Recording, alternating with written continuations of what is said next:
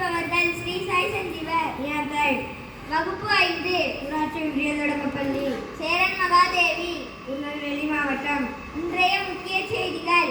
ஒரு நாளைக்கு 200 லிட்டர் மட்டுமே விநியோகம். டீசல் கட்டுப்பாட்டால் மருத்துவமனைகள் பாதிப்பு. ஐடி நிறுவனங்கள் தொலை தொடர்பு சேவைகளுக்கும் சிக்கல்.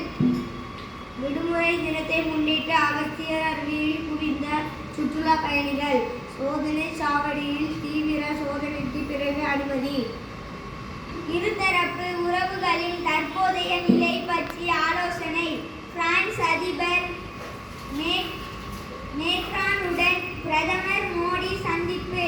புதுமைகளின் நாடு இந்தியா மாநாட்டை கூட்டாக தொடங்கி வைத்தனர். மேற்கு தொடர்ச்சி மலையில் தொடர் மழையால் பாபநாசம் அணை 100 அடியை நெருங்குகிறது.